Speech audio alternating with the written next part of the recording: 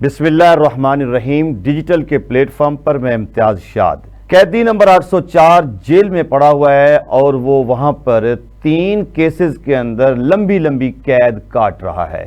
اور ان کے ساتھ ان کی بیگم جو ہے بشرا بی بی وہ بھی قید کاٹ رہی ہیں، لیکن اڈیالہ کی بجائے انہیں بنی گالہ کے اندر منتقل کیا گیا۔ بنی گالہ کو سب جیل قرار دے کر وہاں پر انہیں رات کی تاریکی میں اڈیالہ سے منتقل کیا گیا،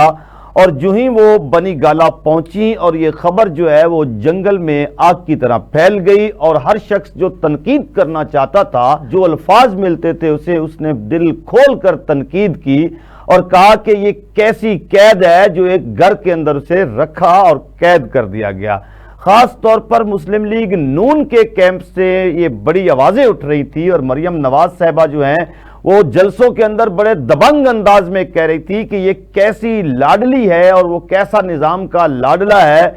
جسے سزا دی گئی ہے تو اس کی بیگم کو ایک گھر کے اندر ہی قید کیا گیا ہے بجائے جیل میں رکھنے کے۔ مریم نواز صاحبہ نے ساتھ یہ بھی کہا کہ میں نے اپنے والد کے ساتھ اڈیالہ میں جیل کاٹی ہے، تو یہ کس طرح سے، کس لحاظ سے قانون سے بالا تر ہیں اور یہ کیوں وہاں پر جیل کاٹ رہے ہیں۔ اور اس حوالے سے بہت سارے لوگ مشورہ بھی دے رہے تھے کہ بشرا بی بی کو چاہیے کہ وہ فوری طور پر درخواست دے اور وہ اڈیالہ جیل منتقل ہو جائے۔ بشرا بی بی نے آج یہ ساری باتیں جو ہیں، جن لوگوں نے تانے دیے، جو لوگ جو بیانیاں بنا رہے تھے، جو ٹرینڈ سیٹ کر رہے تھے، ان کے منہ بند کر دیے ہیں، اور بشرا بی بی نے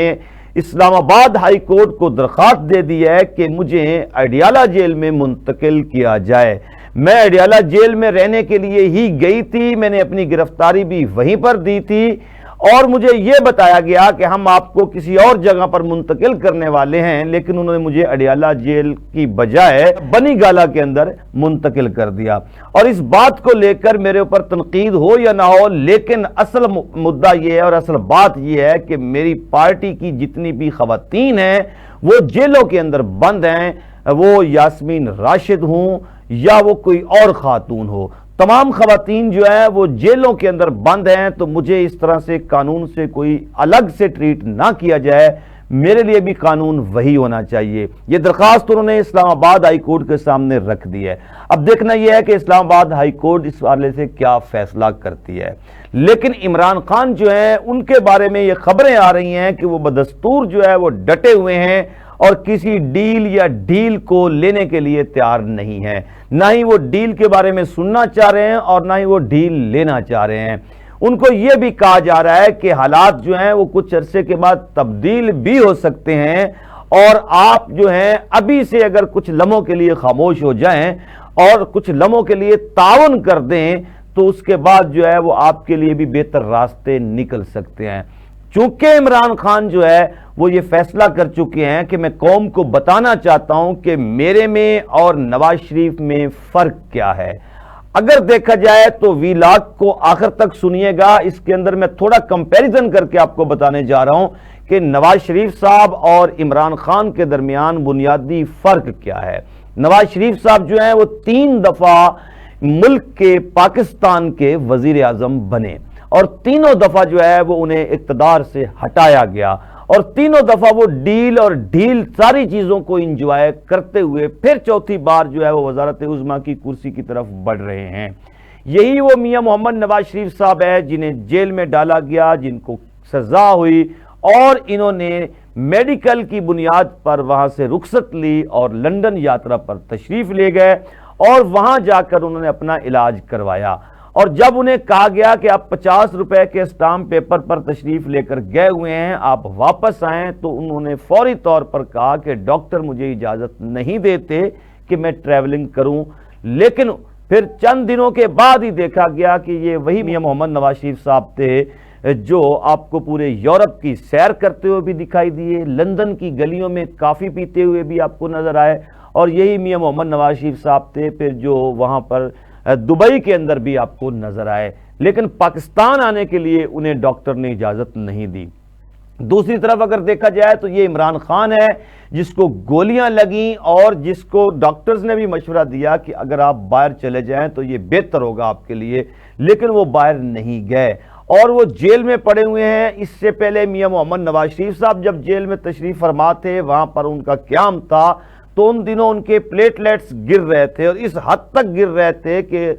زندگی اور موت کا مسئلہ بن گیا تھا، تو فوری طور پر انہیں جو ہے وہ لندن بھیجنا پڑا۔ لیکن عمران خان کے پلیٹلیٹس نہیں گر رہے ہیں، عمران خان کے جو ہیں وہ مسل بلکہ بہتر ہو رہے ہیں، اور وہ انہوں نے دوڑ زیادہ شروع کر دی ہے۔ اور کہنے والے یہ کہہ رہے ہیں، جو ملاقات کر کے آ رہے ہیں وہ بتاتے ہیں کہ عمران خان جو ہے وہ پہلے کی بنسبت زیادہ فٹ، توانا، تندرست اور ایکٹیو دکھائی دیتا ہے۔ شاید اس کی وجہ یہ ہے کہ انہیں بیٹھ کے کچھ غور و فکر کرنے کا، کچھ سوچنے کا موقع ملا ہے اور تنہائی ملی ہے، اور جب انسان تنہائی میں بیٹھتا ہے تو وہ اپنے تمام تر ماضی کو اور آنے والے دنوں کے بارے میں اور موجودہ حالات کو بیٹھ کر تجزیہ لیتا ہے، تجزیہ کرتا ہے، اور اس کے مطابق آگے فیصلے کرتا ہے۔ اب نواز شریف صاحب کو کئی مرتبہ یہ موقع ملا ہے کہ آپ بھی بیٹھ کر کوئی غور و فکر کریں،